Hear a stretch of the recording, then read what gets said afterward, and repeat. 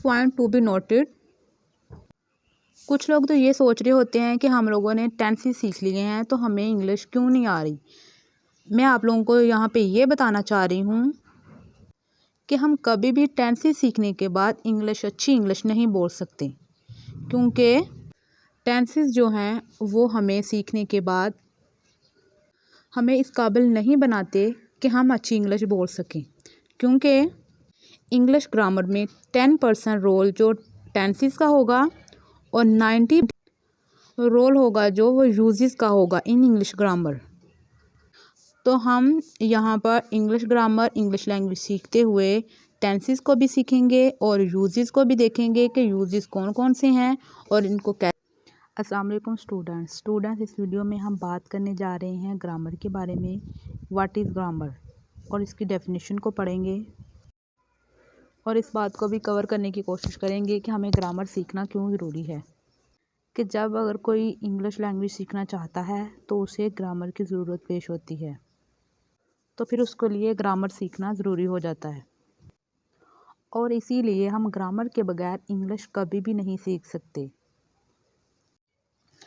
तो फिर इसीलिए यहाँ पे क्वेश्चन ये एक पैदा होता है, we can learn English without grammar, कि हम ग्रामर के बगैर इंग्लिश सीख सकते हैं। तो हम ग्रामर के बगैर इंग्लिश कभी नहीं सीख सकते। जैसा कि मिसाल के तौर पर एक छोटा बच्चा किसी इंग्लिश कंट्री में पैदा होता है तो वो अपने वालिदैन से वर्ड्स को सुनता है और उसे लफ्ज़ों को अदा करता है, फिर इसे जुमलों में अदा करता है और फिर जुमलों की सूरत में बोलना शुरू कर देता है। तो यहाँ पे ये सवाल है कि तो उसने तो ग्रामर नहीं सीखी क्योंकि वो वहाँ का नेटिव है। इसी तरह हम किसी दूसरी लैंग्वेज को सीखते हैं तो पहले हमें ग्रामर के रूल से होकर गुजरना पड़ता है, तो फिर हम दूसरी लैंग्वेज को सीख सकते हैं। तो यहाँ पर हम डेफिनेशन ऑफ ग्रामर की देखते हैं कि उसकी डेफिनेशन ग्रामर की क्या है। The basic principles of a language which help to learn the language are called grammar. कुछ बुनियादी असूल किसी ज़बान को सीखने के लिए हमें मदद करते हैं, वो ग्रामर कहलाता है। तो यहाँ पे हम इंग्लिश लैंग्वेज सीखना चाह रहे हैं तो हमें इंग्लिश के प्रिंसिपल को ग्रामर बताएगी कि इसके प्रिंसिपल कौन से हैं, इसके असूल कौन से हैं। तो इसी तरह हम ग्रामर किसी दूसरे की ज़बान को हमें बताएगी, उसके रूल्स को बताएगी, बुनियादी असूलों को बताएगी, तो हम ग्रामर सीखेंगे। ग्रामर सीखेंगे तो हम इंग्लिश ज़बान को सीखेंगे। तो इसी तरह ग्रामर जो है वो इंग्लिश लैंग्वेज सीखने में हमारी मदद करेगी। तो हम ग्रामर की एक और डेफिनेशन को देखते हैं कि वो क्या है। The grammar tells us how can we read, write and speak language correctly. Basically grammar हमें ये बताती है कि हम किसी ज़बान को कैसे बोल सकते हैं, लिख सकते हैं और अच्छे तरीके से हम इसे बोल सकते हैं। तो ये हमें ग्रामर बताती है, क्योंकि हम अच्छे तरीके से पढ़, लिख और बोल इसलिए सकते हैं जब हमें ग्रामर्स के रूल्स के बारे में पता होगा।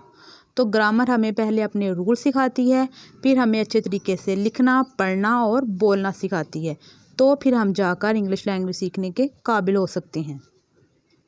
जितनी देर हमें ग्रामर्स के रूल्स के बारे में नहीं पता होगा हम कभी भी ग्रामर नहीं सीख सकते, कभी भी इंग्लिश नहीं सीख सकते। फॉर एग्ज़ाम्पल के तौर पर हम एक मिसाल को देखते हैं कि किस तरह वो मिसाल ग्रामेटिकल लिहाज से ठीक होगी और किस तरह वो गलत होगी। He died by cancer. This sentence is wrong by grammatically because. वैसे सेंटेंस तो ठीक है लेकिन जब हम ग्रामेटिकली लिहाज से देखेंगे तो ये गलत है। तो यहाँ पे जो करेक्ट सेंटेंस होगा वो क्या होगा, ही डाइड ऑफ कैंसर। ये करेक्ट सेंटेंस होगा। क्योंकि अभी हमें ग्रामर्स के रूल्स के बारे में नहीं पता। हम पढ़ेंगे तो हमें ये पता चलेगा कि बाय यहाँ पे क्यों आया और ऑफ क्यों आया, फिर किस लिहाज से ये ठीक हुआ, कैसे ठीक हुआ। हम एक और मिसाल देखते हैं। वो मिसाल कौन सी है? Are you in home? क्या आप घर पर हैं? It is wrong sentence. Here correct sentence is that are you at home. वैसे तो देखने के लिहाज से ये दोनों सेंटेंस हमें ठीक लग रहे हैं, लेकिन जब हम इसे ग्रामेटिकली लिहाज से देखेंगे, रूल्स देखेंगे, तो ये सेंटेंस दोनों गलत होंगे। करेक्ट सेंटेंस जो होंगे वो होंगे ही died of cancer, are you at home. ये करेक्ट सेंटेंस हैं। It's point to be noted. कुछ लोग तो ये सोच रहे होते हैं कि हम लोगों ने टेंसेस सीख लिए हैं तो हमें इंग्लिश क्यों नहीं आ रही। मैं आप लोगों को यहाँ पे ये बताना चाह रही हूँ कि हम कभी भी टेंसेस सीखने के बाद अच्छी इंग्लिश नहीं बोल सकते, क्योंकि टेंसेस जो हैं वो हमें सीखने के बाद हमें इस काबिल नहीं बनाते कि हम अच्छी इंग्लिश बोल सकें। क्योंकि इंग्लिश ग्रामर में 10% रोल जो टेंसेस का होगा और 90 रोल होगा जो वो यूजेस का होगा इन इंग्लिश ग्रामर। तो हम यहाँ पर इंग्लिश ग्रामर, इंग्लिश लैंग्वेज सीखते हुए टेंसेस को भी सीखेंगे और यूजेस को भी देखेंगे कि यूजेस कौन कौन से हैं और इनको कैसे इस्तेमाल किया जाता है। तो तब जाकर हम अच्छी इंग्लिश बोलने, लिखने के और पढ़ने के काबिल हो सकेंगे।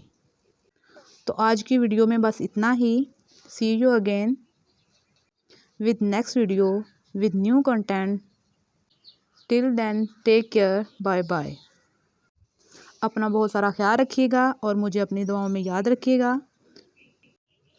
अल्लाह हाफिज़। मुझे उम्मीद है कि मेरी ये वीडियो पसंद आई होगी। अगर आप लोगों को मेरी ये वीडियो पसंद आई है तो प्लीज़ लाइक कीजिए, सब्सक्राइब कीजिए और अपने दोस्तों के साथ भी शेयर कीजिए, ताकि आपकी तरह वो भी अच्छी इंग्लिश सीख सकें और बोलने के काबिल हो सकें।